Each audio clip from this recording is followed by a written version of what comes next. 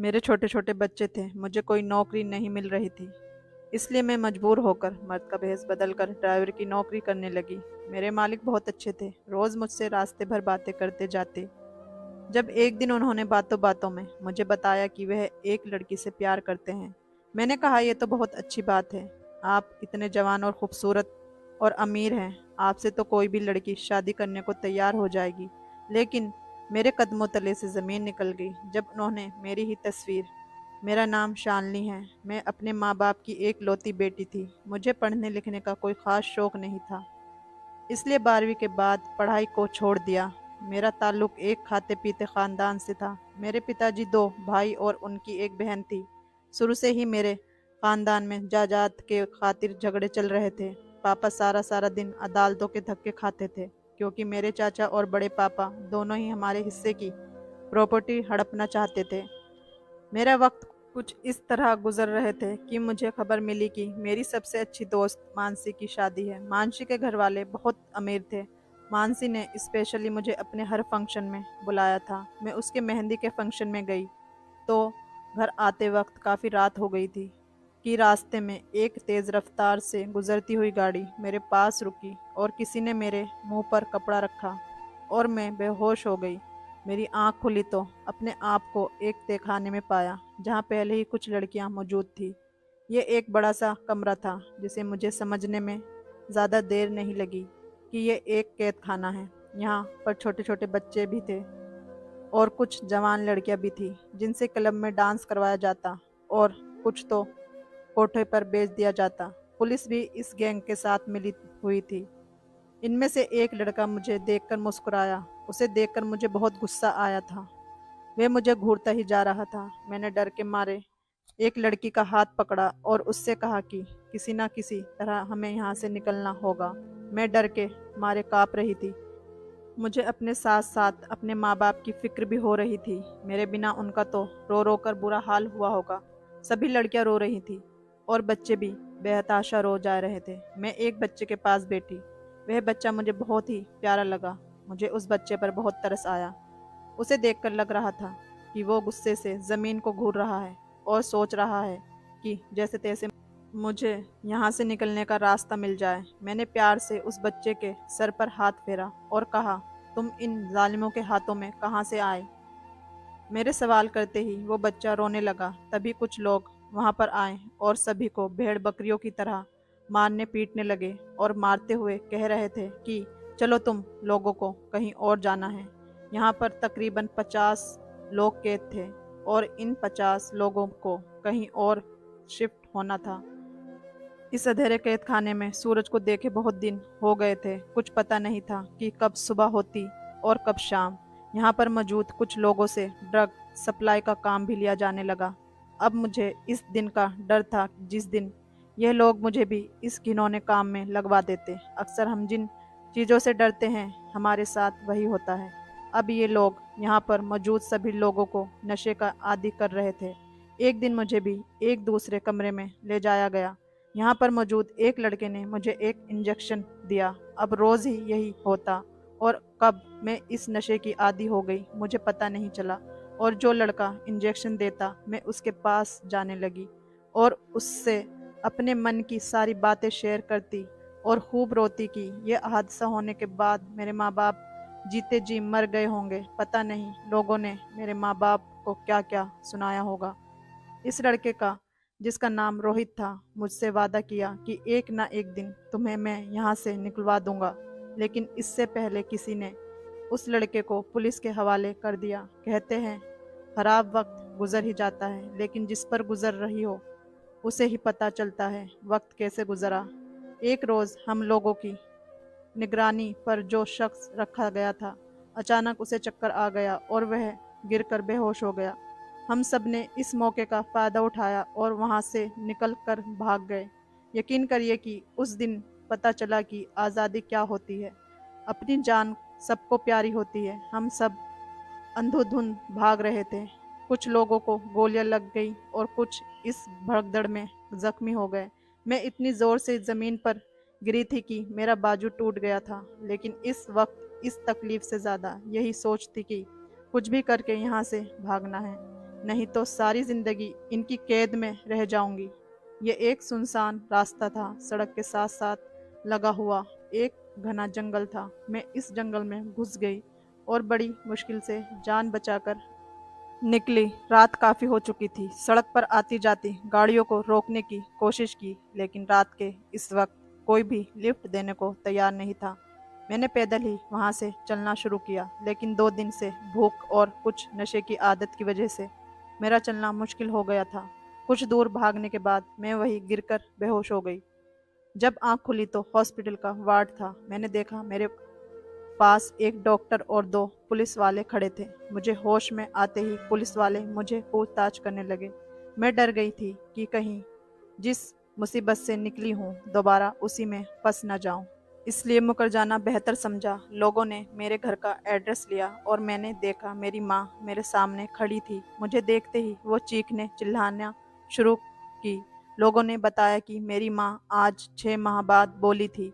जब मैं अगवा हो गई तो लोगों ने मेरे माँ बाप को ताने मारना शुरू कर दिया कि तुम्हारी बेटी तो बदचलन थी, इसलिए घर से भाग गई। मेरे पिता यह सब बर्दाश्त नहीं कर पाए और फिर एक दिन वो ये दुनिया छोड़कर चले बसे। मेरी माँ बेटी औरत पति के गम में दिमागी तौर से बीमार हो गई थी और आज जब वह मुझे देखी तो चीख चीख कर रोने लगी।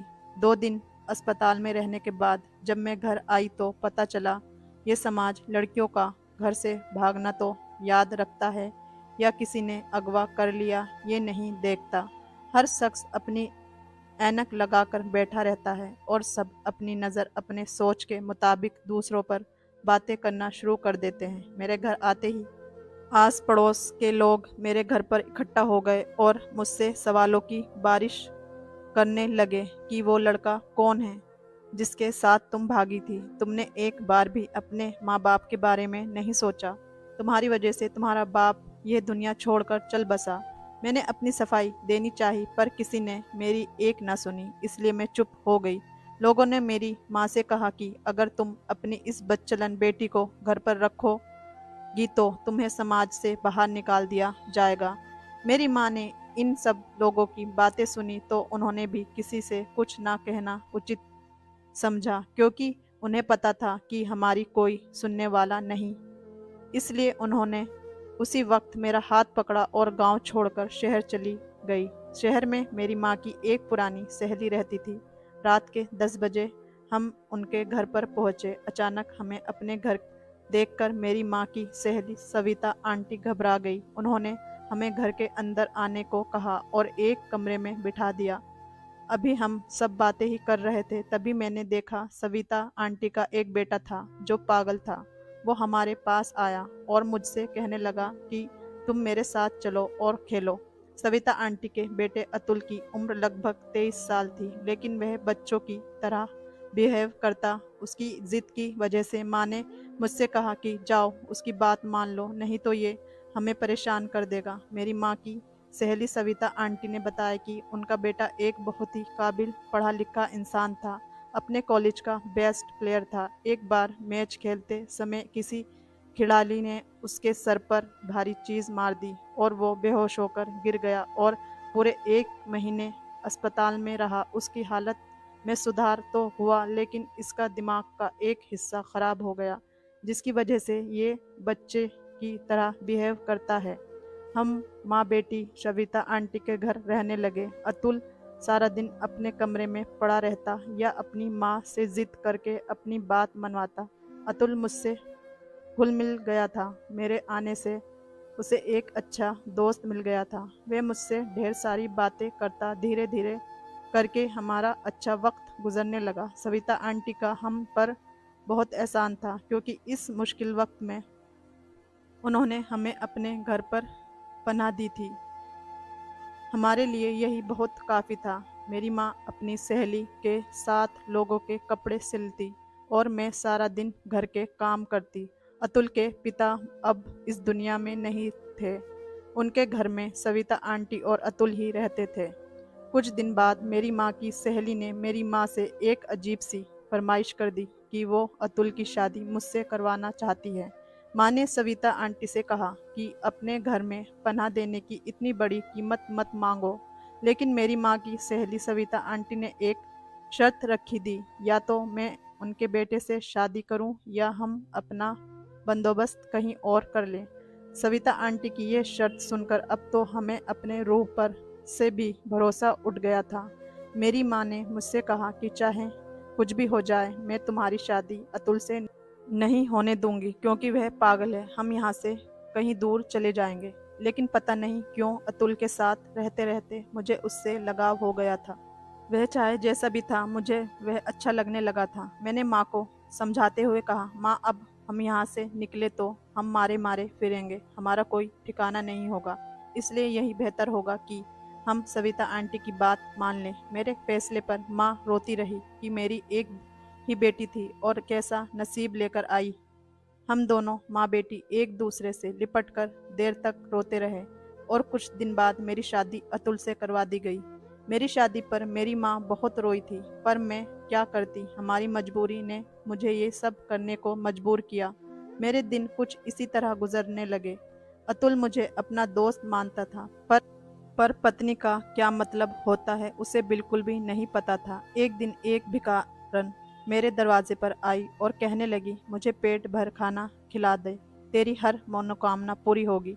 उसकी बात पर मैं हंसी थी कि मेरे नसीब में तो मेरा पागल पति है, तो इससे बड़ा दुख मेरी जिंदगी में और क्या हो सकता है। मैंने उस भिखारन को खाना खिलाया तो उसने कहा कि जा बेटी, तेरा पति तुझसे बेइंतहा प्यार करेगा। उसकी बातें सुनकर मैं हैरान थी कि भला मेरा पागल पति मुझसे क्या प्यार कर सकता है। लेकिन कहते हैं कि दुआएं तकदीर बदल देती है। मेरी जिंदगी में भी कुछ ऐसा ही होने लगा। कुछ दिन बाद मैंने महसूस किया कि अतुल के हालात में दिन प्रतिदिन सुधार होने लगा। अतुल की सुधरता हालत देखकर हमने उसका इलाज दोबारा से शुरू करवाया। इस बार डॉक्टर को भी पूरी उम्मीद थी कि अतुल जल्दी ठीक हो जाएगा। मेरा पूरा पूरा दिन अतुल की देखभाल में निकल जाता, लेकिन मेरी मेहनत रंग लाई और अतुल की हालत में सुधार होने लगा। अब वह पहले से बेहतर हो गया। लेकिन अतुल के ठीक होते ही पता नहीं मेरी सास को क्या हो गया कि वह मुझसे नफरत करने लगी, मेरे प्रति अतुल को भड़काने लगी। इन बुरे हालातों में भी किस्मत ने मेरा साथ नहीं दिया और मेरी माँ की तबीयत बहुत ज़्यादा ख़राब हो गई। मेरी माँ के इलाज में मेरे ससुराल वालों ने साथ नहीं दिया और अचानक मेरी माँ यह दुनिया छोड़कर चली बसी। अब मैं बिल्कुल अकेली हो गई थी। ससुराल में रहने का ठिकाना तो था, लेकिन मेरा अपना कोई नहीं था। मेरी माँ के गुजरते ही मेरी सास का अत्याचार मेरे ऊपर और बढ़ गया। वो मेरे प्रति अतुल से कहकर मुझे बहुत सारी बातें सुनवाती। अतुल पहले से बहुत बेहतर हो गया था, लेकिन वो अपनी माँ के हाथों का खिलौना था। उसकी माँ जैसा कहती वो उनके इशारों पर चलता। हम पति पत्नी अजीब रिश्तों में जुड़े थे। साथ होते हुए भी हम एक दूसरे के साथ नहीं थे। हमारा रिश्ता बस यूं ही चल रहा था कि एक दिन मेरी किस्मत ने एक नया मोड़ लिया। अचानक मुझे पता चला कि मैं माँ बनने वाली हूँ, लेकिन अपने माँ बनने की खबर सुनकर मुझे थोड़ी भी खुशी नहीं हुई, क्योंकि मेरे और अतुल के रिश्ते में जो दरार थी वह हमारे आने वाले बच्चों के लिए ठीक नहीं थी। मेरे मन में यह डर था कि पता नहीं अतुल अच्छा बाप बन पाएगा कि नहीं।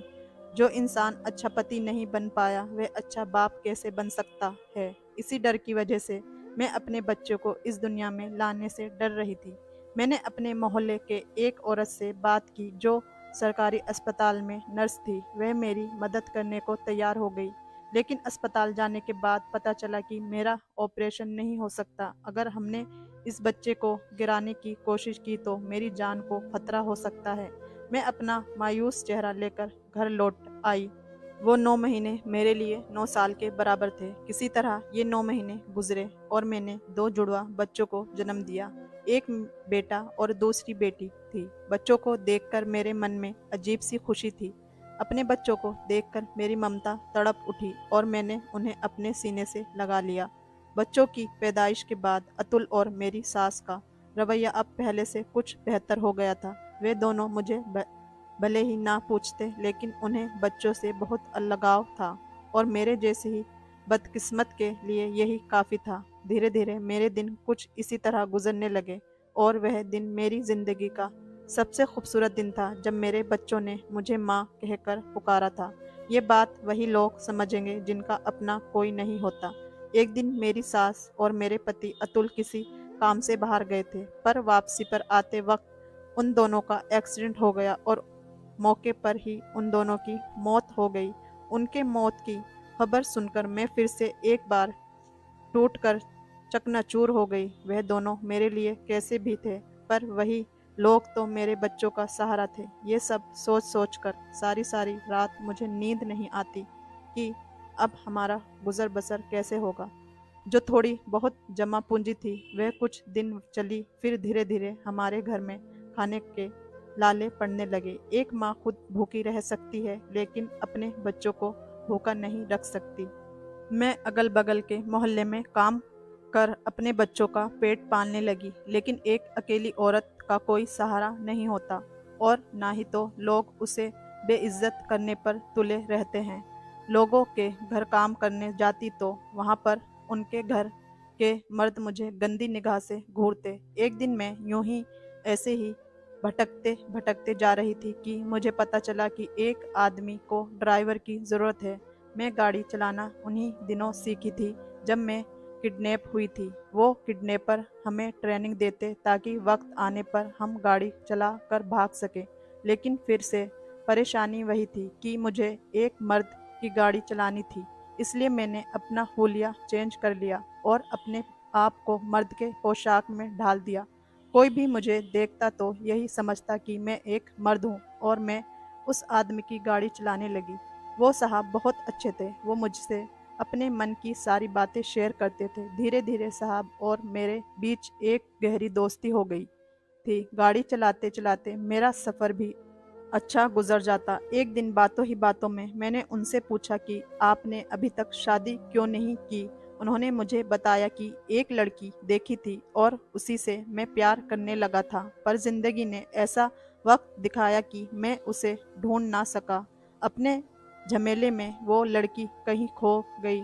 वह किस्मत की मारी थी, पता नहीं वो किस हाल में होगी।